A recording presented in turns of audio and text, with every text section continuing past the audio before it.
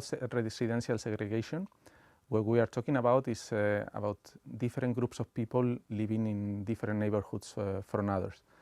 So it's always hard to say whether it's high or low because we need a reference point. So if we compare the residential segregation levels in Europe with those of the US, for example, we see that in Europe there is lower residential segregation of, for sure by ethnicity and also for immigrants than in the US. To give you a number, one of the classic segregation indices is the dissimilarity coefficient, which tells you how much of the population we would need to move so that they are distributed in the same way as the natives, so that the immigrants are distributed in the same way as the natives.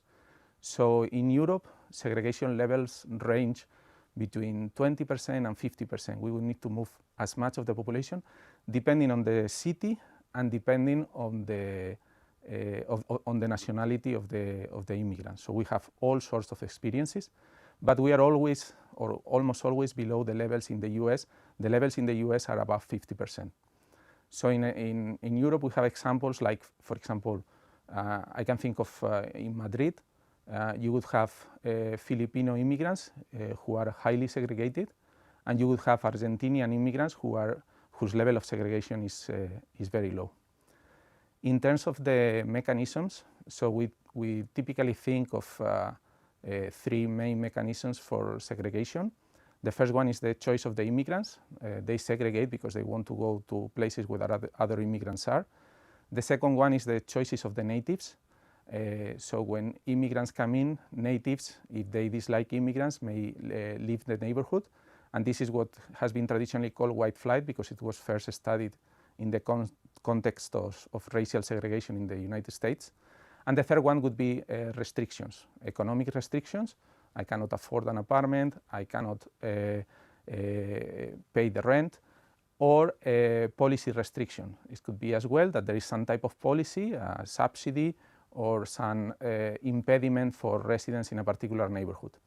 So for immigrants, what we have typically found is that given the diversity of outcomes that we observe across immigrant groups, this has been interpreted as evidence that it is the choices of immigrants that drive segregation.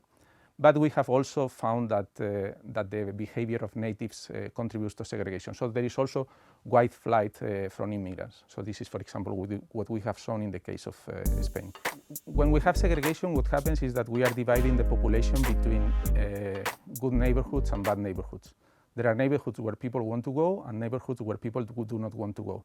So if you think about it, if you are in a good neighborhood, that's good news for you, good outcomes. We can expect good outcomes. If you are in a bad neighborhood, we can expect bad outcomes. But at the general society level, this is not a good idea because we can be wasting talents, for example. So what has been observed is that the segregation levels affect negatively most outcomes, and in particular, when we think about the outcomes of children. The outcomes of children are very negatively affected by segregation. Children who grow up in bad neighborhoods they tend to have lower income mobility than children who grow up in good neighborhoods, and eventually this is bad for their welfare level. In terms of immigrants, the story is a bit different because it has been documented that in the short run there can be good aspects to segregation. So in the very short run, when immigrants concentrate close to other immigrants from their same nationality, they can help them to get their first job, and so it can help initial integration, but also in the long run is bad for immigrants themselves. So in particular, there are two aspects in which immigrant segregation is bad in the long run for the immigrants. The first one is language acquisition. So if they live together with many other immigrants, they don't learn so well the language, and in the long run this is going to mean that they will integrate less. And the other outcome is also the education of their children. So if children of immigrants grow in bad neighborhoods, they will have worse outcomes when they are adults. Some level of residential segregation is going to be inevitable. As far as we have some freedom of movement, and as far as people may want to live close to other people from their own nationalities, you will have some level of residential segregation. But there is no doubt that policies can limit it. And when we think about the types of policies that can limit residential segregation, I I and other authors, we like to classify it into two types of policies. The first one, we can call them the easy ones. So you have a good neighborhood and the bad neighborhood. So what you need to do is to take people from the bad neighborhood to the good neighborhood. So the example would be the moving to opportunity policies in the US. You can provide vouchers for housing in good neighborhoods. You can bus people, students to go to good schools in good neighborhoods, so that at least they take advantage from one characteristics of the good neighborhood.